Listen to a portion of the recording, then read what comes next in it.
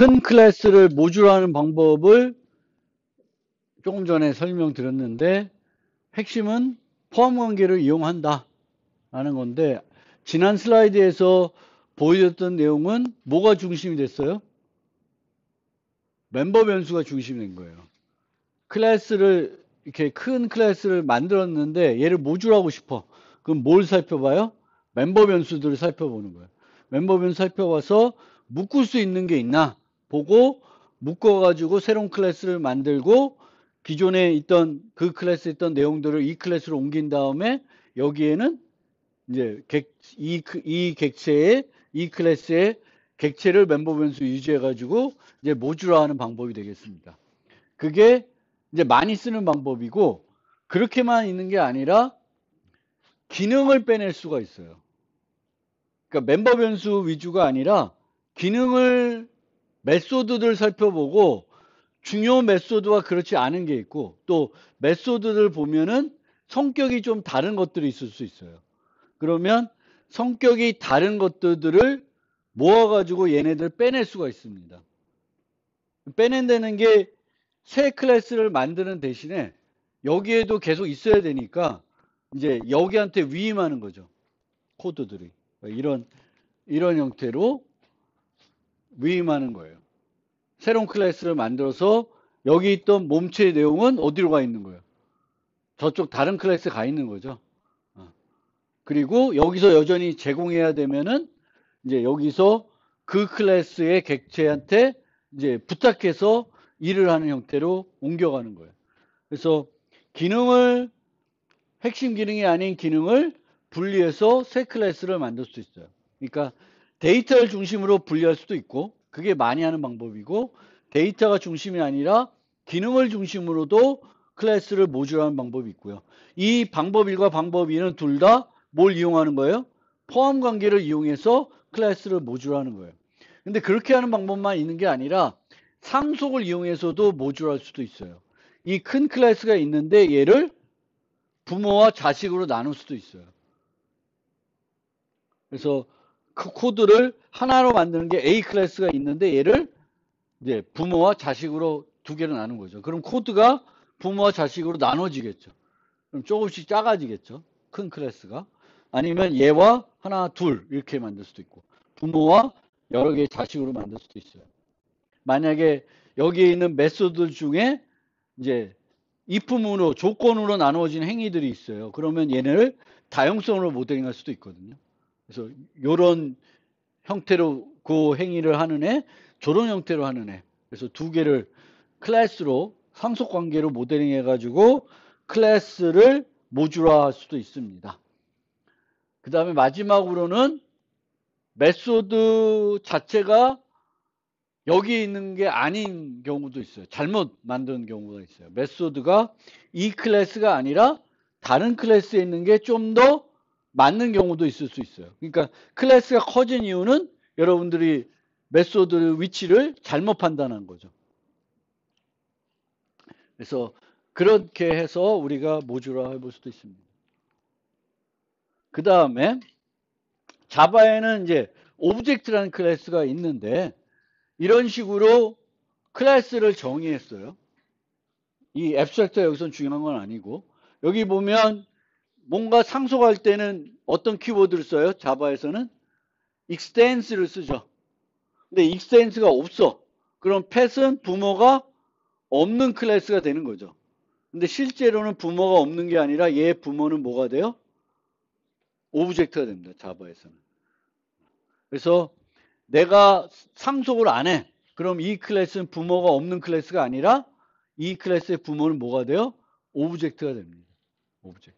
그래서 자바에서는 모든 클래스의 최상위 조상이 되는 클래스가 존재를 하는 거죠. 그리고 그 클래스 이름이 뭐예요? 오브젝트가 됩니다. 그러면 이 오브젝트 리모컨, 오브젝트 타입에는 어떤 애들을 유지할 수 있어요? 자바에 존재하는 모든 객체를 다 유지할 수가 있습니다. 그러니까 항상 꼭대기, 이 상속 객추도 그렸을 때 항상 꼭 맨 꼭대기는 뭐가 자리해요? 오브젝트라는 게 자리합니다. 파이썬도 마찬가지예요. 파이썬은 맨 꼭대기에 오브젝트라는 애가 존재를 하는데 파이썬에서의 그 오브젝트는 소문자로 시작해요. 근데 자바에서는 이제 대문자가 되는 거예요. 그래서 C++와 달리 이렇게 오브젝트라고 하는 최상위 클래스가 항상 존재하는 그런 환경이 되겠습니다. 이게 나중에 이제 템플릿 기반 범용 프로그램이 되면은 대단히 큰 역할을 해요. 이 오브젝트가. 그래서 저는 자바가 갖고 있는 매력 포인트가 저한테 느끼는 매력 포인트가 두 가지인데 뭐 더 있긴 있는데 객체 지향과 관련해서 매력 포인트는 첫 번째가 이 오브젝트라는 거. 오브젝트라는 게 있다는 거. 그 다음에 또 하나는 인터페이스라는 게 있다는 거예요. 인터페이스. C++는 없죠. 물론 C++도 인터페이스는 없지만 인터페이스처럼 클래스를 정해서 쓸 수는 있어요. 근데 이렇게 별도 뭔가 인터페이스라는 게 있지는 않습니다. 그래서 이 오브젝트 클래스라는 게 자바에는 있다. 라는 거고요. 그러면 상속과 인터페이스를 조금 비교해 보면은 상속은 두 가지 장점이 있고 인터페이스는 한 가지 장점이 있어요. 상속은 이제 이걸 만들면서 얘네들 만들기가 편해지죠. 여기 있는 걸 내가 중복 정리 안 해도 되니까 다 쓰니까 그게 있고 그 다음에는 팻이라고 하는 상위 타입 리모컨이 만들어져서 얘를 갖고 프로그램 할 수 있는 거예요. 그게 이점이고 이쪽은 얘를 만들 때에는 아무런 도움이 안 돼. 근데 뭘 해줘요? 이 두 개를 또 아울러 수 있는 플라이어블이라는 리모컨을 만들어주는 거예요. 그래서 그런 측면에서 다른 거고요. 그러면 왜 인터페이스는 코드 공유를 할 수 없게 만들었냐? 애초에 코드 공유가 안 되게끔. 근데 이제 얘네들이 이 자바에서 가졌던 생각은 뭐냐면은 인터페이스는 논리적으로 이해관계가 있지 않은 애들을 똑같은 메소드 이름을 똑같은 메소드 가졌다고 묶는 거예요. 묶긴 묶는데 어차피 여기에 플라이와 여기에 플라이는 코드 공유할 건 없어. 이름은 똑같지만 코드 공유할 건 없는 애들이에요. 코드를 공유할 거 없는 애들을 묶어가지고 똑같은 이름을 메소드를 가졌을 때 가진 거를 활용해가지고 프로그램하기 위해서 인터페이스라는 걸 만들었기 때문에 애초에 뭘 안 만들었어요? 코드 공유할 수 있는 여지를 안 만들었습니다. 그리고 코드를 공유한다는 거는 이제 뭐가 필요하냐면 상태가 필요한 거예요. 상태가. 그러니까 얘네들을 아우르는 코드를 쓰려면 얘의 상태를 갖고 메소드면 이 상태를 이용해야 되잖아요.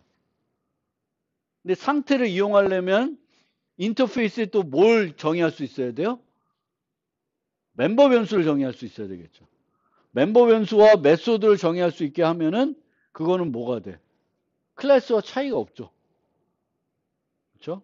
그래서 자바에서는 이제 인터페이스라는 걸 만들어서 상태는 안 갖고 있고 선언만, 메소드를 선언만 할 수 있게 해가지고 똑같은 이름의 메소드를 가진 애들을 묶을 수 있게만 하는 그런 타입을 만들어서 이제 제공을 하고 있습니다. 그래서 그 차이를 여러분들이 잘 생각하시면 되겠습니다.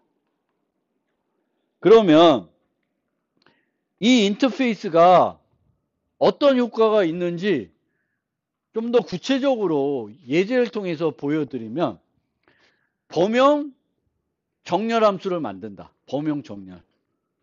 범용 정렬. 정렬 알고리즘은 정렬해야 되는 데이터에 따라서 알고리즘이 바뀔까요? 안 바뀔까요?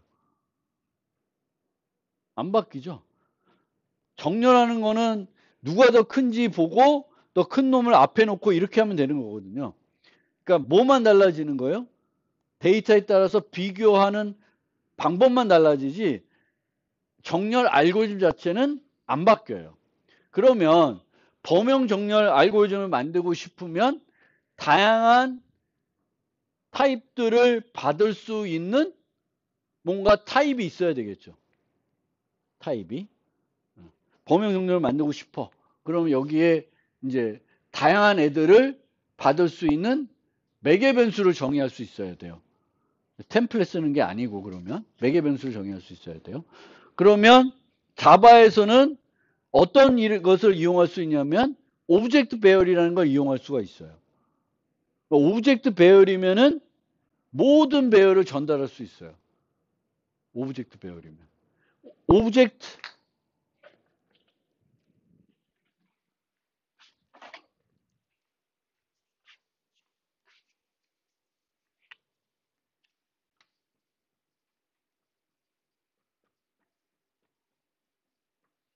이런 함수가 있어요.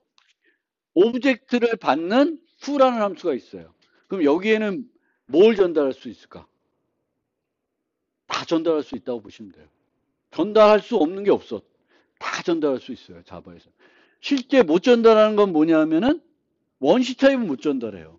근데 자바에서는 실제 원시 타입을 여기다 전달하면 그 원시 타입을 객체로 바꿔서 자동으로 전달해 줘요. 그러니까 이런 함수가 있으면 모든 애들을 다 여기다 전달할 수가 있습니다. 그런데 모든 애들을 다 받을 수 있는 이런 함수가 있어요. 하지만 요 안에서 O 갖고 할 수 있는 건 뭐 어디서 결정돼? 할 수 있는 일은 뭐에서 결정돼? 오브젝트에서 결정되죠. 그럼 요 이용해서 뭐만 부를 수 있어? 오브젝트에 정의된 메소드만 부를 수 있죠. 강아지를 전달한다고 해서 강아지가 짖는 메소드를 여기서 호출할 수는 없어요. 뭐가 전달될지 모르고 그 수많은 타입 중에 뭐가 전달되는지 알지 모르죠. 그래서 안 되는 거예요. 이 개념도 마찬가지예요. 오브젝트 배열은 모든 종류의 배열을 다 받을 수 있는데 원시 타입 배열 빼고 모든 종류의 배열을 받을 수 있는데 정렬하려면 뭘 할 수 있어야 돼요? 두 가지 요소를 비교할 수 있어야 되겠죠. 근데 자바에서는 이 비교를 할 때 연산자를 안 써요. 객체들을 비교할 때 연산자를 못 써요. 왜? 연산자 다중정의가 안 되니까 메소드를 갖고 비교를 해야 돼요. 근데 나는 내 클래스는 비교함수를 요 이름으로 짓고 쟤는 저 이름으로 짓고 뭐 다 다른 이름으로 비교함수 이름을 지어. 그러면 그거를 부를 수 있어요?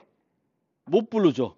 그러니까 저걸 만들려면은 이 범용함수라는 게 뭐냐면은 여러 애들을 받는 거 좋은데 갖고 뭘 하려고 그러면은 그 함수를 부를 수 있어야 되겠고 그 함수를 여기 전달된 애가 제공을 해줘야 돼요.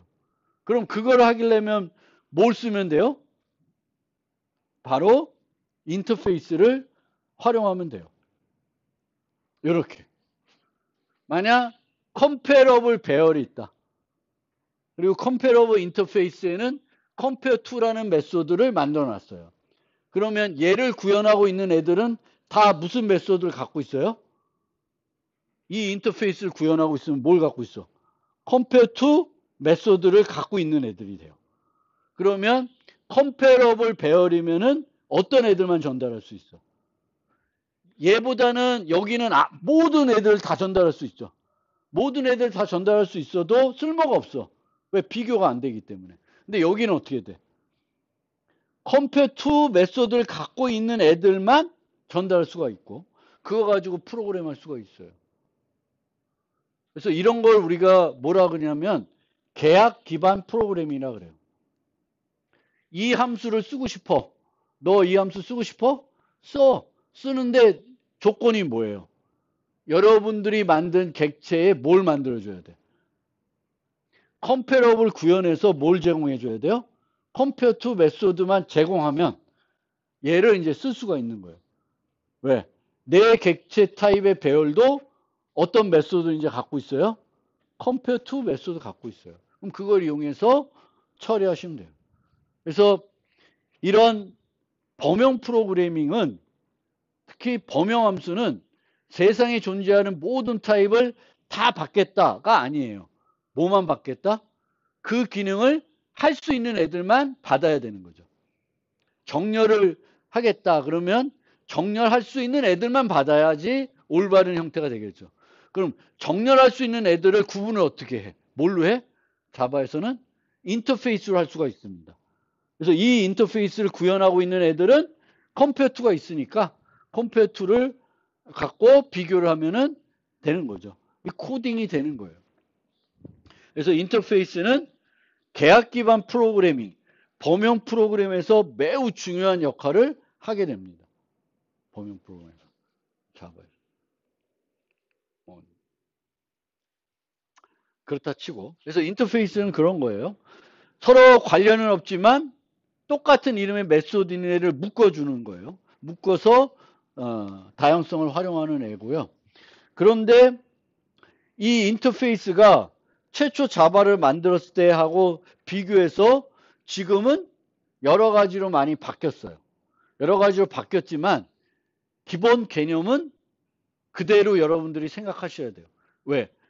인터페이스의 원래 목적을 잘 생각해서 쓰셔야 되기 때문에 그렇고, 인터페이스는 뭐만 있어요? 함수들만 선언되어 있는 거고, 선언되어 있는 거고, 똑같은 이름의 메소드를 제공하는 애들을 묶어주기 위한 용도로만 쓰이는 거예요. 근데 이제 조금씩 바뀌고 있긴 있지만 그 기본적인 철학은 안 변하고 여러분도 인터페이스는 그거다. 그렇게 인식하고 이제 쓰시면 돼요. 근데 어떤 것들이 좀 추가되냐면 첫 번째로 자바 8부터는 인터페이스에 스태틱 메소드를 정의할 수 있게 했고 그 다음에 기본 메소드를 정의할 수 있게 해줬어요. 기본 메소드. 그래서 기본 메소드는 뭐냐면은 이제 메소드를 선언만 하지 않고 뭘 할 수가 있어요? 코드를 넣을 수 있습니다. 메소드에. 인터페이스를 정의하는데 예전에는 뭐만 할 수 있어요? 메소드를 선언만 할 수 있었어요. 이제는 메소드 선언하지 않고 뭘 할 수 있어요? 메소드의 몸체를 구현해서 넣을 수 있어요. 구현해서 넣을 수 있는데 제한적입니다. 할 수 있는 일은 매우 제한적이에요. 왜? 코드를 구현하는데 코드를 구현한다는 걸 뭘 활용해야 돼? 객체 메소드를 구현한다는 거예요. 근데 객체 메소드를 구현할 뭐가 필요해? 상태가 필요하겠죠. 근데 얘는 상태가 없어. 어떤 애들이 구현할지도 몰라. 근데 코드를 만들어. 그럼 만들 수 있는 코드가 뭘까? 되게 제한적이에요. 왜? 상태가 없는데 뭘 만들어? 그래서 되게 얘는 제한적이에요. 끼케야 얘는 뭐냐면은 기본 메소드를 만드는데 어떻게 만드냐면 빈 메소드로 만드는 거예요. 또 하나 빈 메소드 만들지 않고 예외를 발생하게 만들어요. 그게 실제 기본 메소드 이용해서 할 수 있는 일의 대부분이에요. 아주 예외적으로 뭔가 의미 있는 코드를 만들 수도 있겠지만 많은 경우에는 이 기본 메소드에 어떤 형태로 코드가 추가되냐면 빈 메소드 또는 예외 이렇게 되는 거고요. 그 다음에 프라이빗 메소드를 정의할 수 있게 해줬는데 저거는 왜 필요한지는 뒤에 가서 좀 설명드리겠고요. 그런데 이 기본 메소드를 추가했더니 어떤 문제가 생겼냐면은 다중상속에서의 문제가 원래 없었는데 C 자바에서는 왜 다중상속을 지원 안 하니까 문제가 없었는데 이제는 생겼어요. 우리가 C++에서 다중상속할 때 생길 수 있는 문제는 크게 두 가지예요. 하나는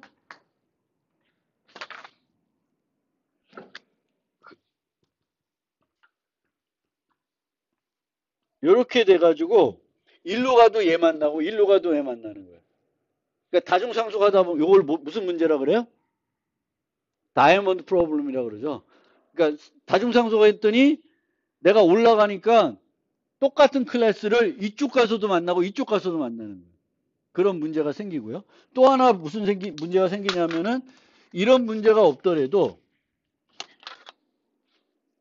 여기에도 fu, 여기에도 fu가 있는 거예요. 똑같은 메소드가. 그러면 똑같은 이름의 메소드를 내가 몇 개 물려받아요? 2개 물려받는 문제가 생기는 거죠. 그러면 내가 여기서 fu 부르면 얘가 불러야 될지 얘가 불러야 될지 알 수가 없는 거잖아요. 내가 구분해서 부르지 않는 한. 마찬가지로 얘는 어떻게 돼? 예전에는 인터페이스를 여러 개 우리가 구현할 수 있었어요. 그런데 여기에는 뭐가 있었어? 정의만 할 수 있는 게 아니라 뭐만 되어 있었어요? 선언만 되어 있었어요. 선언만. 선언만 되어 있는 건 여러 개 있어도 문제가 없죠. 코드가 호출되는 게 아니니까. 문제가 없어요. 근데 정의가 되어 있으면 이제 똑같은 C++에 나타나는 똑같은 문제가 발생할 수도 있습니다. 그래서 그런 상황이 이제 자바에 없던 상황이 저 인터페이스에 기본 메소드 추가하면서 나타났다. 그렇게 이제 이해해 주시고요. 그래서 실제 그러면 왜 추가했을까? 인터페이스의 기본 메소드를 자바에서 왜 추가했을까? 그런 거를 좀 생각을 해봐야 돼요. 공부를 잘 하시는 분은 뭐가 많아야 되냐면 지적 호기심이 많아야 돼요. 지적 호기심이 없다. 그러면 공부가 재미없죠. 그래서 쟤는 왜 저럴까? 이런 거가 나는 모르는데 고민이 안 돼. 궁금하지도 않아. 그럼 공부가 안 되겠죠. 공부를 하고 싶으려면 저게 궁금해야 돼. 저걸 꼭 알고 싶고 나는 왜 저렇게 되는지 알고 싶어야 돼. 그거를 알고 싶지 않다. 아이, 몰라. 저 너무 어려운 거야. 나는 모르는 대로 살래. 그러면 발전이 없는 거예요. 그래서 하여튼 그렇고. 그러면 자바에서 기본 메소드를 왜 추가했을까 생각해 보면 자바 8에 여러 가지 새로운 문법들이 추가됐어요. 그리고 대표적으로 크게 바뀐 게 뭐냐면 함수형 프로그래밍이 도입됐어요. 람다 표현식을 포함한 새로운 개념들이 많이 도입됐어요. 근데 도입하다 보니까 기존의 라이브러리가 있잖아요. 라이브러리가. 근데 이 라이브러리 중에도 클래스도 있고 인터페이스도 있었는데 인터페이스를 수정해야 될 것 같아. 라이브러리들을. 기존에 있던 걸. 근데 수정하면 어떻게 돼? 기존 라이브러리를 수정하면은 새 자바 버전이 나왔는데 라이브러리를 수정해 버렸어. 그럼 어떻게 돼? 기존에 만들었던 코드들은 어떻게 돼요? 돌아갈까? 다 문법 오류가 나요. 그래서 이걸 고치지 않으면 안 돌아가는 거죠. 근데 그러면 안 되겠지. 새 버전이 나와도 예전 버전에서 잘 문법 오류 없이 돌아가던 코드는 어떻게 돼야 돼? 계속 잘 돌아가야 되죠. 근데 그게 안 되는 거야. 왜? 라이브러리는 개선하고 싶고 라이브러리의 인터페이스에 뭔가 메소드를 추가하고 싶은데 추가하는 순간 호환이 안 되는 거예요. 그래서 생각해낸 게 뇌피셜입니다. 제 그냥 아이디어, 제 생각인데 요거를 추가한 거예요. 그래서 요거 생각해 보세요. 인터페이스 L에 f라는 메소드가 있었어요. 잘 쓰고 있었어요. 근데 여기에다가 bar을 추가하고 싶었어요. 그럼 이렇게 추가를 해. 그럼 어떻게 돼?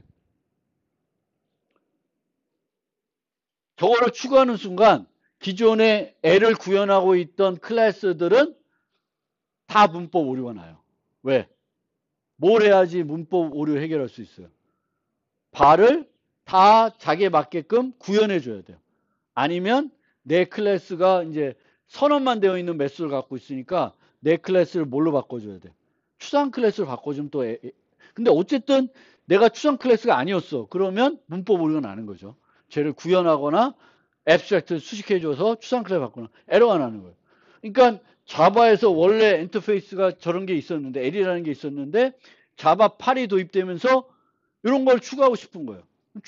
추가하면은 기존 코드가 다 망가지는 거예요. 그럼 어떻게 할까 하다가 이제 생긴 게 이렇게 넣는 거예요. 디폴트로 bar을 넣어요. 그럼 여기가 뭐가 돼 있어요? 구현이 되어 있죠. 구현이 되어 있으면은 애를 구현한 애들이 뭘 해야 돼요? 안 해도 돼요. 안 해도 문법 오류 안 나요. 필요한 애들은 어떻게 해? 새 기능을 쓰고 싶으면 어떻게 해? bar을 구현해 쓰면 되죠. 근데 쓸 필요가 없는 기존 코드들은 그냥 컴파일해서 써도 에러는 안 나요. 왜? bar가 선언되어 있는 게 아니라 기본 메소드로 빈 메소드 들어있어요. 그럼 bar을 내 코드를 호출해봤자 아무것도 안 해.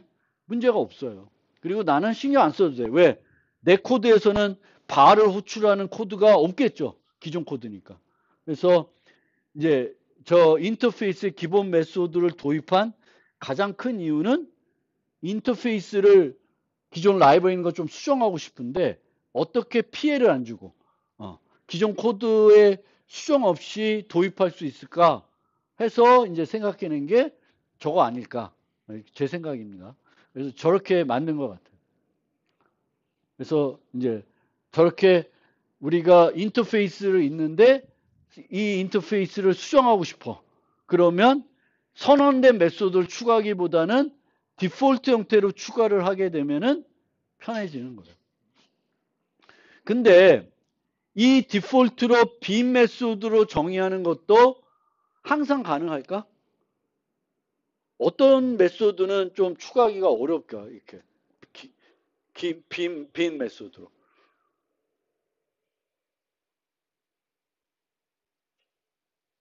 얘는 지금 반환 타입이 뭐예요? 보이드죠. 근데 내가 추가하려는 메소드가 반환 타입이 있는 애야. 그러면 디폴트로 빈 메소드로 추가할 수 있어요? 추가할 수가 없습니다. 그러니까 이게 보이드니까 이런 게 가능한데 보이드가 아닌 것들은 추가하기가 어려울 수 있어요. 뭔가 어떤 기본값을 반환해 가지고 무시할 수 있는 어떤 값을 반환할 수 있으면 뭐 리턴 마이너스 1 해놔 가지고 처리할 수도 있겠지만 마이너스 1을 리턴해 가지고 처리를 할 수 없는 경우도 많겠죠.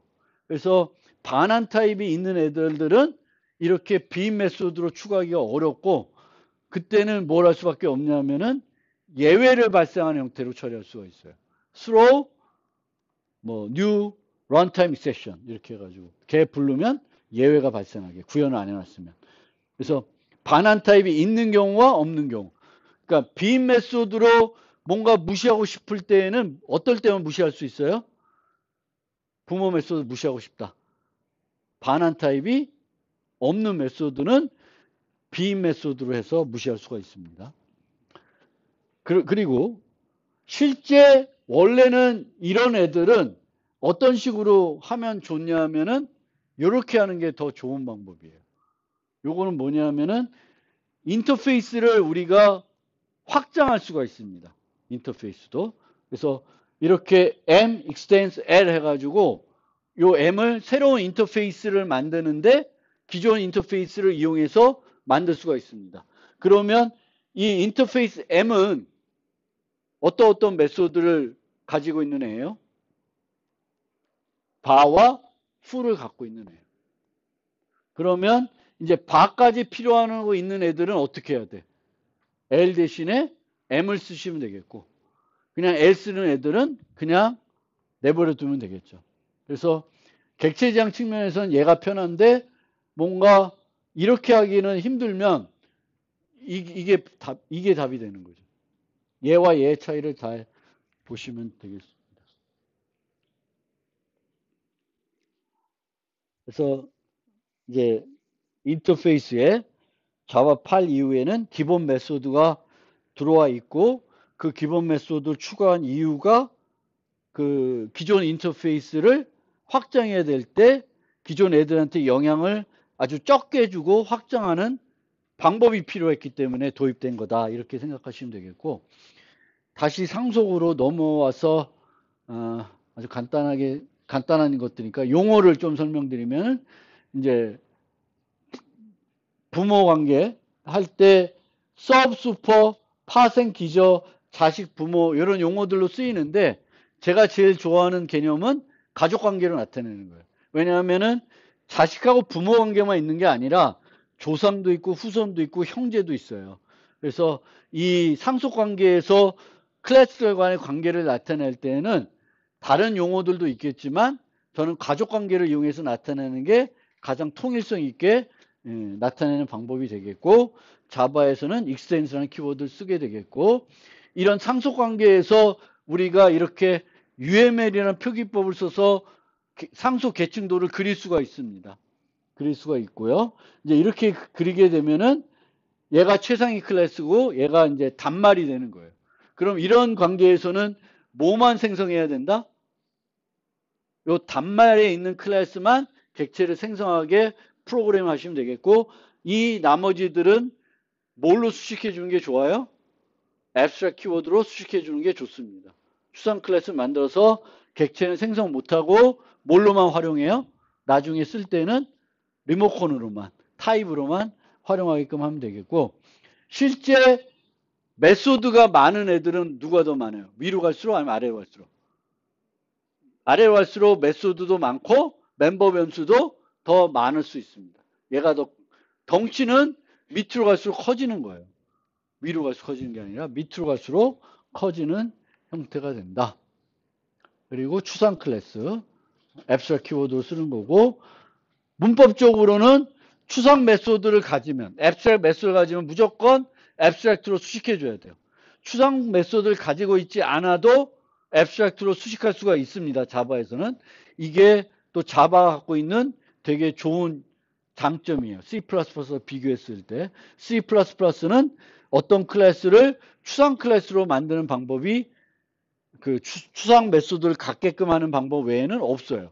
근데 자바는 그냥 abstract만 수식해 주면은 그 객체를, 그 클래스의 객체를 생성 못하게 됩니다. 그래서 문법적으로 보면 얘가 왜 에러예요?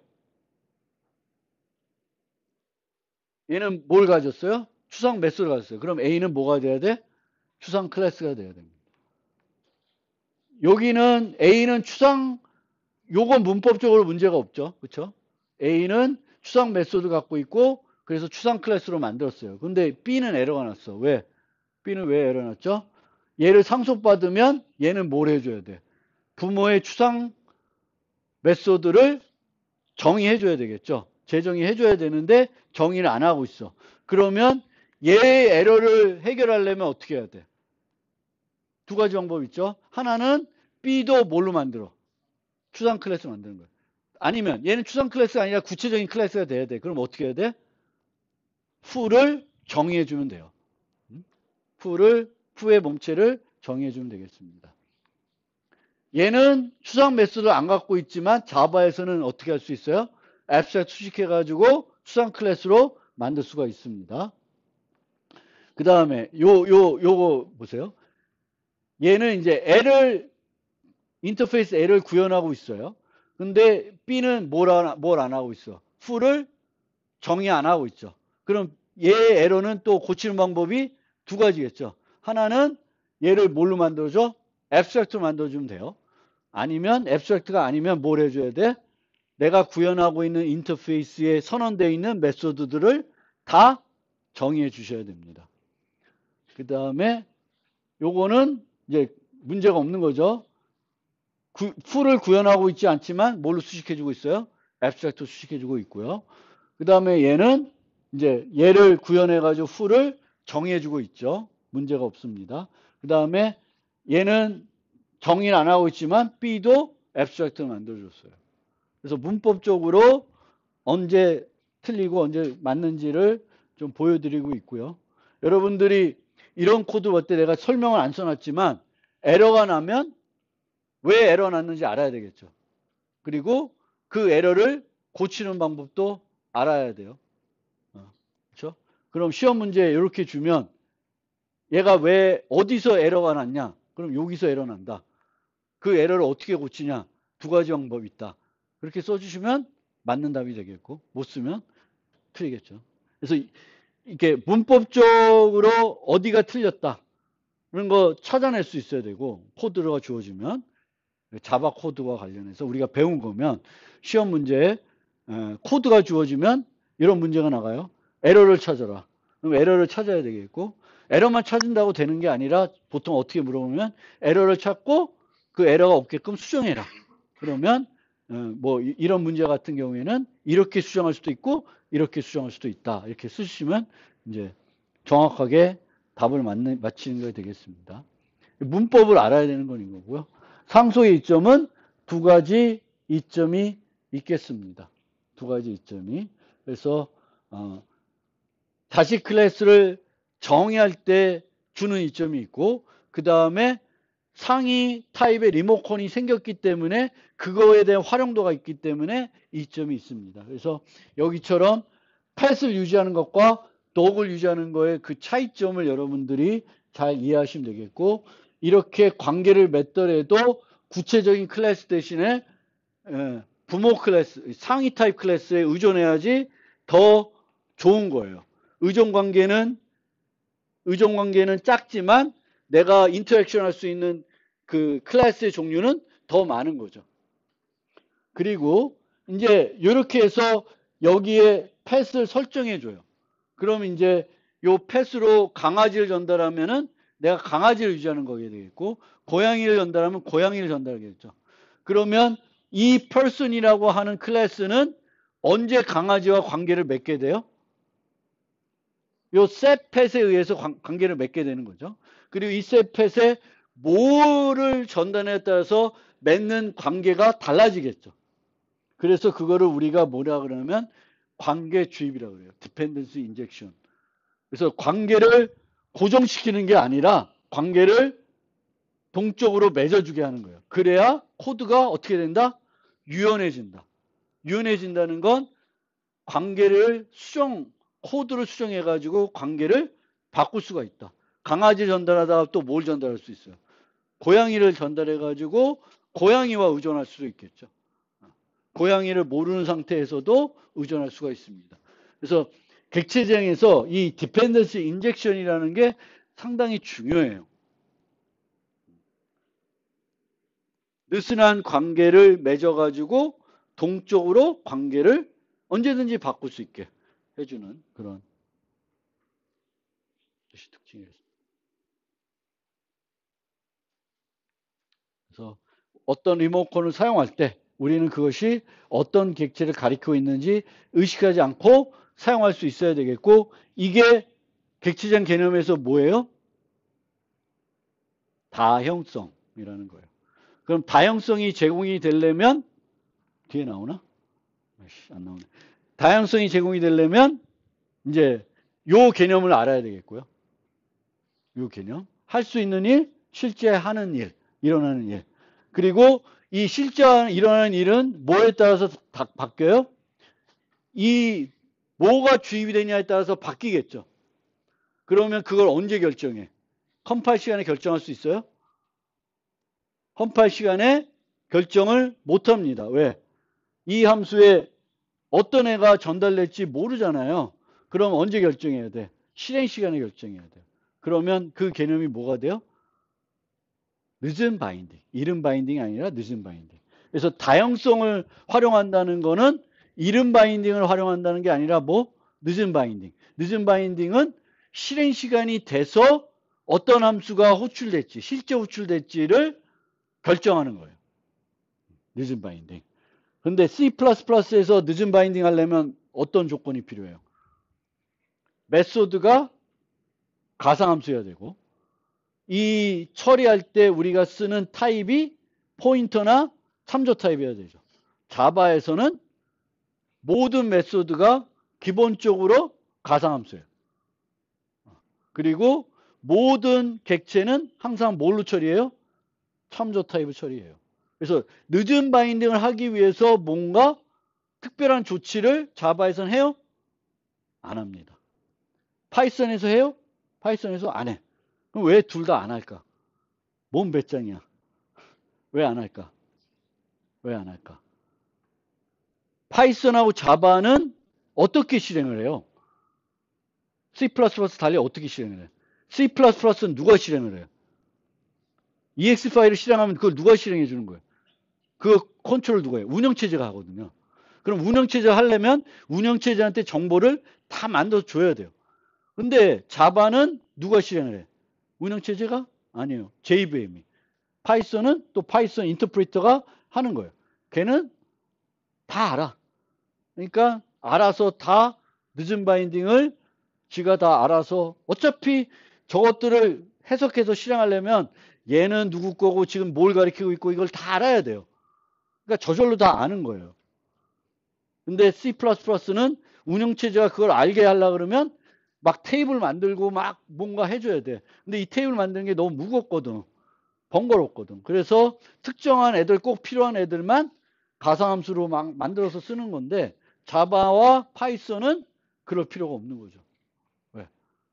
어차피 JVM은 모르는 게 없다. 다 알 수밖에 없는 거예요. 왜?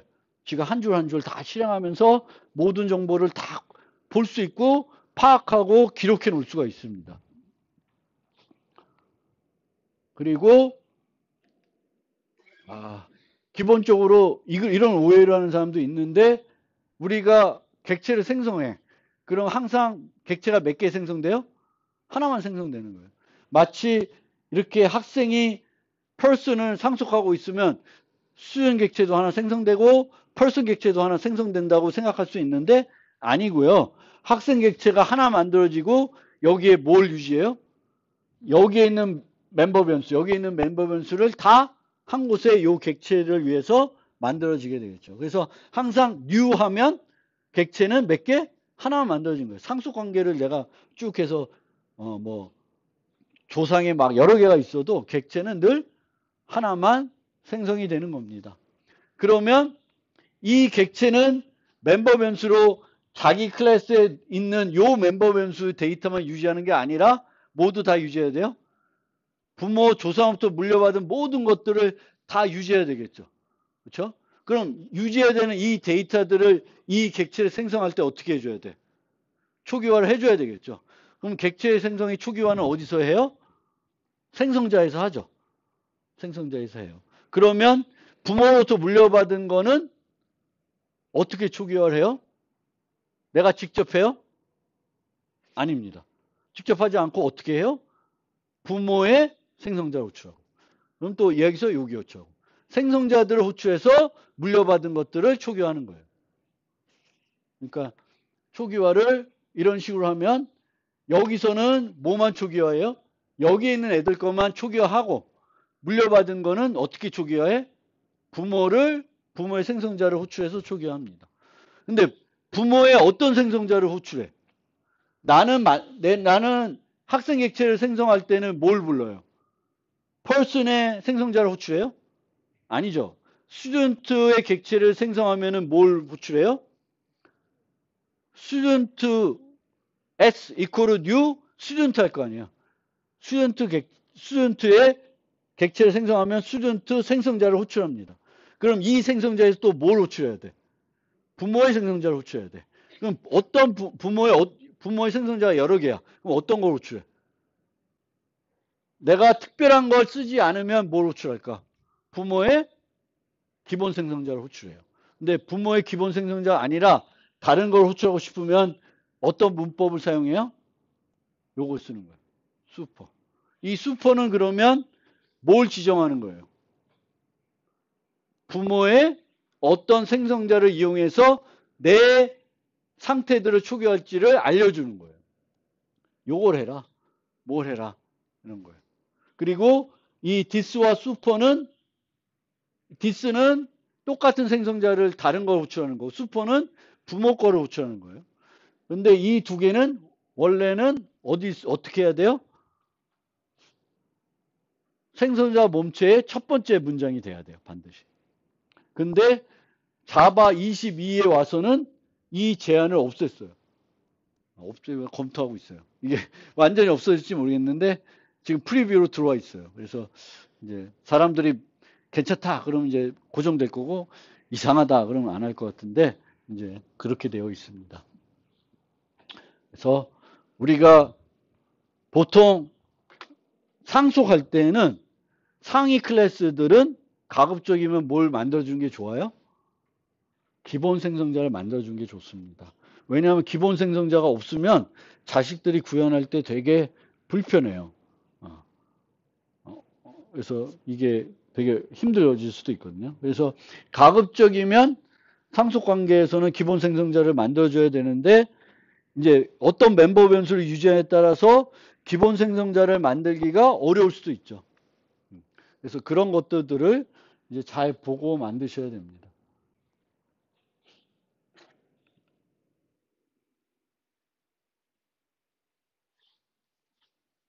얘는 여기에 슈퍼가 없죠. 그러면 얘는 부모의 뭘 불러요? 요 생성자를 이용해서 객체를 생성하면 부모의 기본 생성자를 불러요. A의 기본 생성자가 있어요? 없어요? 있죠. 그러니까 에러가 안 나는 거예요. 여기는 얘와 똑같네. 그럼 얘는 뭘 불러요? 부모의 기본 생성자를 불러요. 근데 A의 기본 생성자가 있어요? 없어요. 그래서 얘가 왜 에러 났어요? 부모의 기본 생성자를 부르는데 기본 생성자가 없어. 여기는 이제 기본 생성자가 없지만 슈퍼 X 해가지고 정수 하나를 받는 생성자를 부르고 있죠. 그러니까 에러가 안 나는 거예요. 그러면 실제 생성할 때 초기화된 순서는 어떻게 되냐? 순서는 어떻게 돼요? 순서는 항상 꼭대기부터 초기화가 이루어져요. 꼭대기부터. 자식 것들이 초기화가 먼저 되는 게 아니라 항상 꼭대기부터 내려옵니다. 꼭대기부터 내려오는데 이 꼭대기에 있는 걸 어떤 걸 쓸지는 누가 결정해? 바로 아래께. 그런 형태가 됩니다. 그래서 여기 보면은 부모와 자식만 있다고 치면은 순서는 부모의 명백한 초기와 부모의 생성자, 자식의 명백한 초기와 자식의 생성자 순이에요. 그런데 실제 어떤 부모의 생성자가 불러줄지는 누가 결정해요? 자식의 생성자에서 결정하는 거예요. 특별한 거를 지정 안 하면 뭐가 불러줘요? 자동으로? 기본 생성자. 그래서 기본 생성자가 없으면 문법 오류가 발생하게 됩니다. 여기까지. 오늘 여기까지 하겠습니다.